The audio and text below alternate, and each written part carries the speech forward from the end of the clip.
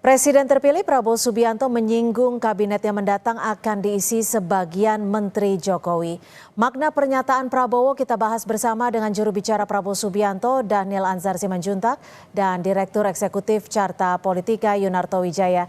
Selamat sore Mas Toto dan juga Bang Daniel, terima kasih sudah bergabung bersama kami di Kompas Petang. Sore Mbak Cynthia. Ya, selamat sore. Saya ke Mas Toto. Mas Toto, statement Pak Prabowo Subianto ini apa yang bisa Anda analisa dan juga bisa Anda baca? Apakah ini memang bagian dari komitmen Prabowo untuk berkelanjutannya sesuai dengan janji kampanye? Atau memang sebelumnya sudah ada kesepakatan dengan Pak Jokowi siapa-siapa saja menteri yang akan kembali bergabung menurut Anda? Ya, pertama kalau kita lihat secara umum, tentu saja ini kan ada sebuah saling menyambut ucapan atau pidato dari Pak Jokowi, lalu juga pidato dari Pak Prabowo, yang memang ingin menunjukkan bahwa mereka baik-baik saja. Dan memang dalam konteks menjaga kewibawaan pemerintahan yang ingin dilantik, alangkah baiknya apa yang sudah dicanangkan sebagai keberlanjutan ini memang masih terlihat di masyarakat. Yang kedua juga saya meyakini Pak Prabowo tidak ingin ada kegaduhan, ada terlihat keriuhan sebelum adanya pelantikan. Makanya kalau saya pribadi saya percaya Pak Prabowo tidak setuju dengan revisi Undang-Undang Pilkada kemarin yang memancing gelombang massa protes ya kemarin. Nah, terkait dengan apakah ini sebuah hal yang normal-normal saja, bahwa kemudian keberlanjutan itu diartikan dengan sebuah kesepakatan tanda kutip ya, atau Ya. komitmen untuk kemudian menarik menteri-menteri yang ada di pemerintahan Pak Jokowi sah-sah saja, walaupun ada beberapa catatan kritis. Yang pertama adalah menurut saya kita sepakat semua bahwa seorang presiden bisa bekerja dengan baik, terutama dalam konteks sistem presidensial, ketika dia tidak tersandera apapun, termasuk tersandera oleh atau terikat oleh komitmen atau janji politik oleh mantan presiden sebelumnya. Jadi kalau kita sepakat bahwa presiden yang baik adalah presiden yang bukan petugas partai, saya juga berharap Pak Prabowo tidak jadi petugas Jokowi atau petugas dari mantan presiden. Dan saya percaya sepak terjang Pak Prabowo tidak memperlihatkan hal yang membuat dia terlihat bisa tersandera oleh Ya. siapapun termasuk oleh mantan presiden. Yang kedua rumusannya sederhana Mbak Cynthia, bahwa ada 3C kita sebut ya dalam penyusunan kabinet. Yang pertama adalah capability, itu faktor paling profesional, Betul. faktor yang paling bisa dilihat Mempengaruhi ya. objektif. Yang kedua adalah faktor coalition, ini faktor subjektivitas, keterpaksaan ketika sistem presidensial kita masih multi partai, mau nggak mau nampung nih faktor koalisi, janji balas budi politik. Yang ketiga adalah faktor chemistry, ini biasanya terkait dengan kenyamanan dari Ya. presiden terpilih. Nah, biasanya tarik-menarik antara tiga variabel itu masih bisa berbuah positif Ya. kalau faktor capability itu di atas dua hal yang lain. Nah, saya berharap istilah merangkul, Ya. lalu kemudian persatuan nasional, jangan sampai membuat faktor yang namanya coalition ini atau koalisi ini ada di atas dua Baik. variabel yang lain, apalagi ada di atas variabel capability yang itu akan berpengaruh terhadap kinerja Ya. pemerintahan. Kalau itu terjadi, ya berarti presiden siapapun itu akan tersandera. Saya berharap tidak. Oke, Bang Daniel, lalu statement dari Pak Prabowo ini saling puji dengan Presiden Joko Widodo di publik ini, apa artinya? Apakah memang Pak Prabowo sudah sangat membuka ruang untuk Presiden Joko Widodo ikut memberikan masukannya untuk kabinetnya nanti? Mbak Cynthia, kan salah satu visi sebutlah begitu dari pencapresan Pak Prabowo adalah keberlanjutan, melanjutkan Ya. kepemimpinan dan agenda pembangunan yang sudah dimulai oleh Pak Jokowi, Pak SBY dan seterusnya. Nah, artinya apa? Artinya agenda keberlanjutan itu juga paralel tentu dengan upaya Pak Prabowo untuk mengambil, sebutlah begitu, untuk mengajak para pihak yang sudah bekerja bersama dengan Pak Jokowi. Artinya tidak sembarang kemudian mengajak, tentu ada kriterianya. Kriterianya apa? Ya tentu mereka-mereka yang sudah berprestasi di kabinet Pak Jokowi itu pasti akan dipertimbangkan oleh Pak Prabowo untuk melanjutkan agenda-agenda pembangunan. Tadi disebutkan oleh Mas Yunarto, ya dua hal terpenting ketika Pak Prabowo melakukan rekrutmen kabinet beliau itu pertama adalah kapabilitas. Kemudian yang kedua itu adalah integritas. Bahkan saya seringkali menempatkan integritas itu pada poin pertama.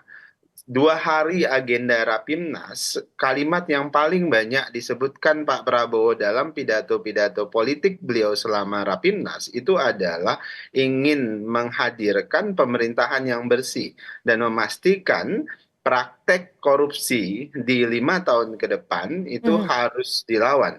Nah, itu kalimat yang terus diulang-ulangi Pak Prabowo sehingga saya menempatkan kriteria Pak Prabowo yang pertama itu adalah integritas, kemudian yang kedua adalah kapabilitas. Mhm. Nah, yang kemudian yang lain, partai koalisi dan sebagainya, tentu itu adalah komplemennya. Kenapa saya sebutkan komplemen? Nah, partai koalisi tidak bisa sembarangan menyetorkan nama si A, si B, dan si C. Nah, tentu syarat utama yang 2 hal tadi itu Mhm. menjadi pertimbangan Pak Prabowo. Tidak mudah, ya memang tidak mudah, dan itu yang tentu dirasakan Pak Prabowo hari ini dan Pak Prabowo sangat Oke, berhati-hati tapi gini, dan Bang Daniel, ada capability, ada integrity. Tapi dalam penyusunan kabinetnya ini, seberapa besar peran dari Presiden Joko Widodo? tadi saya sebutkan ini adalah agenda keberlanjutan dan tentu Pak Prabowo mempertimbangkan semua anggota kabinet yang sebagian anggota kabinet yang punya prestasi seperti Pak Prabowo sebutkan di pidato kemarin itu. Dan Hmm. tentu ada diskusi dan masukan dari Pak Jokowi dan itu pasti dilakukan oleh Pak Prabowo. Tidak hanya dengan Pak Jokowi, Pak Prabowo juga kan pasti mendengarkan masukan dari semua pihak, Hmm. terutama dari partai koalisi, kemudian presiden-presiden senior, misalnya Pak SB dan sebagainya, dan itu dilakukan oleh Pak Prabowo. Mbak Cynthia, karena agenda kita keberlanjutan, kan beberapa menteri yang berprestasi hari ini, kalau orang Jawa bilang, ini kan lakon urip, orang-orang yang menjadi saksi hidup kerja-kerja kabinet, sehingga mereka paham betul tantangan, hambatan Mhm. birokrasi dan hambatan dalam kerja 5 tahun belakangan, Mhm. sehingga itu sangat dibutuhkan oleh Pak Prabowo agar agenda keberlanjutan pembangunan 5 tahun ke depan itu bisa tetap dijaga, bahkan bisa diakselerasi jauh lebih baik. Oke, Mas Toto, kalau melihat Ya, situasi ini, keberlanjutan, itulah yang digaungkan. Menurut Anda sendiri, apakah nantinya ketika sebagian besar Menteri Jokowi akan masuk di Kabinet Prabowo Subianto, ini akan mengurangi pamor dari Prabowo Subianto? iya, kalau kita lihat keberlanjutan adalah sebuah terminologi positif ya, apalagi dalam konteks kepuasan publik terhadap pemerintahan sebelumnya dalam konteks ini Jokowi masih tinggi. Tapi bagaimana menerjemahkan keberlanjutan itu yang kemudian bisa jadi masalah. Mhm. Contoh kenapa sih majunya Mas Gibran dalam konteks keberlanjutan dianggap bermasalah? Karena dalam konteks negara bangsa modern, apalagi demokrasi, keberlanjutan itu program. Keberlanjutan itu lalu kemudian ketika mendefinisikan siapa yang bisa jadi menteri adalah siapa yang punya kapabilitas untuk melanjutkan program yang sudah baik, bukan darahnya, bukan Mhm. harus keluarganya. Itu yang dikritik. Nah, termasuk juga dalam konteks penyusunan kabinet, bagaimana bicara keberlanjutan bukan dalam konteks menempatkan Jokowi melampaui sistem tata negara yang ada, sehingga kemudian melampaui hak prerogatif yang sepenuhnya harus dimiliki oleh seorang presiden. Ya. Sama ketika konteks koalisi muncul, kita tidak bisa menafikan itu kondisi politik praktis yang tidak bisa dilawan kondisinya secara praktis oleh siapapun presiden terpilih selama masih ada presidensial threshold. Mhm. Tapi prerogatif itu memungkinkan seorang presiden untuk tidak tunduk pada keinginan partai yang biasanya memiliki logika berbeda. Partai itu tidak serta-merta berbicara mengenai kapabilitas. Mhm. Mereka bicara jatah pertama untuk ketua umum, jatah kedua siapa yang paling dekat dengan ketua umum, jatah ketiga adalah siapa yang paling senior. Itu kan tidak terkait dengan kemampuan untuk memastikan program itu bisa tercapai. Oke. Apalagi dengan target besar dari Pak Prabowo 8% pertumbuhan ekonomi, menurut saya yang dibutuhkan saat ini malah adalah Prabowo yang dulu sering dilihat orang yang sangat berani nih. Orang Mhm. yang tidak peduli dengan gangguan eksternal Oke. dalam konteks memposisikan kepemimpinannya secara tegas tugas pertamanya menurut saya adalah ketegasan itu sudah ditunjukkan ketika Ya. menyusun kabinet. Bang Daniel, berapa persen sih sebenarnya dari nama-nama calon menteri yang akan nanti masuk di kabinetnya Pak Prabowo? Pertanyaan Anda itu sulit saya jawab karena Karena akan maju ke pertanyaan berikutnya nih. Ya, yang paling bisa menjawab untuk persentase itu adalah Pak Prabowo langsung. Oke, ditahan sampai di situ. Ketika ada banyak nama-nama menteri yang sempat bergabung di Kabinet Indonesia Maju masuk ke kabinet Pak Prabowo, dari pihak Pak Prabowo sendiri tidak khawatir akan ada bayang-bayang Pak Jokowi nanti di kabinetnya? Begini, ini kan kalau secara teori ini akumulatif advantage, mengakumulasikan kemajuan-kemajuan yang sudah dilakukan Pak Jokowi. Nah, akumulatif advantage yang saya maksud adalah tentu yang akan diambil dan diajak oleh Pak Prabowo itu adalah mereka yang dianggap oleh Pak Prabowo itu sangat berprestasi dan bermanfaat bagi kepemimpinan dan kabinet beliau nanti. Itu catatannya. Nah, itu tadi saya gunakan istilah akumulatif advantage. Nah, sehingga Pak Prabowo tentu tidak ingin merekrut atau mengajak kabinet atau persona yang menjadi beban kerja-kerja kabinet beliau. Jadi ini tidak akan mengganggu komunikasi politik dengan partai yang lain yang memang akan mengirimkan atau mengajukan calon-calon mereka menjadi menteri. Pun demikian dengan internal Partai Gerindra. Nah, kalau Partai Gerindra sederhana, Mbak Cynthia, kami semuanya, saya dan kawan-kawan semuanya kader-kader Gerindra itu akan turut patuh dengan apapun pilihan politik dan pilihan personal yang akan ditunjuk oleh Pak Prabowo. Dan kami berkeyakinan mereka yang ditunjuk itu adalah mereka-mereka yang dibutuhkan Pak Prabowo untuk mengakselerasi agenda-agenda pembangunan di 5 tahun ke depan. Mas Toto, kalau menurut Anda kira-kira nama ketua umum parpol ini akan ada yang masuk tidak di kabinet Pak Prabowo Subianto? Nama Pak Bahlil mungkin? Sepertinya iya ya, kalau kita lihat dari bagaimana kalimat Pak Prabowo terkait merangkul, terkait dengan koalisi, menurut saya iya, tetap ada catatan terkait dengan bagaimana Pak Prabowo akan menampung ketua-ketua umum. Yang saya harapkan juga mau dia ketua umum, Pak Prabowo ini betul-betul seperti kata Bang Daniel tadi, masuk nggak nih dalam kriteria integritas dan kapabilitas tadi. Bukan sekedar cek kosong karena dia adalah ketua umum. Jadi catatan, saya senang kalau Pak Prabowo punya jargon terkait dengan capability, lalu kemudian yang kedua adalah integrity begitu ya. Tapi jadi catatan juga buat Pak Prabowo bahwa semua menteri yang ditangkap pada era Pak Jokowi terkena kasus hukum, semuanya adalah menteri yang berasal dari parpol, bukan non parpol. Artinya kan ada sebuah catatan di situ. Kalau saya sih ingin berikan sebuah solusi, misal Pak Jokowi itu sampai 2015, Bang Daniel, itu pernah membuat sebuah aturan walaupun tidak tertulis.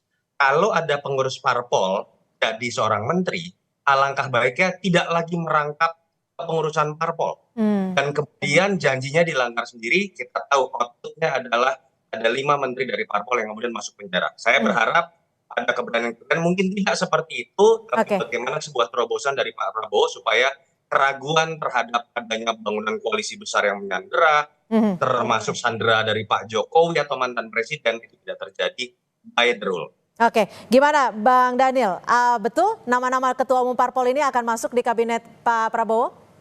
Nah, itu sangat tergantung dari usulan, masukan dari parpol-parpol koalisi. Jadi kalau kemudian ketua umumnya ingin masuk dan ingin bekerja dan berkontribusi di dalam kabinet, tentu akan dipertimbangkan oleh Pak Prabowo karena tentu pasti ketum-ketum parpol adalah mereka-mereka yang sudah punya track record dan kapabilitas selama ini. Dan Pak Prabowo selama ini tidak pernah terjebak dalam diskursus misalnya profesional maupun partai politik. Pak Prabowo akan mengajak dan menempatkan menteri-menteri yang dari partai politik, tapi syaratnya juga harus profesional, artinya dia memahami. Bukan karena bagi-bagi jatah ya, karena banyak yang mendukung Pak Prabowo waktu pemilu kemarin.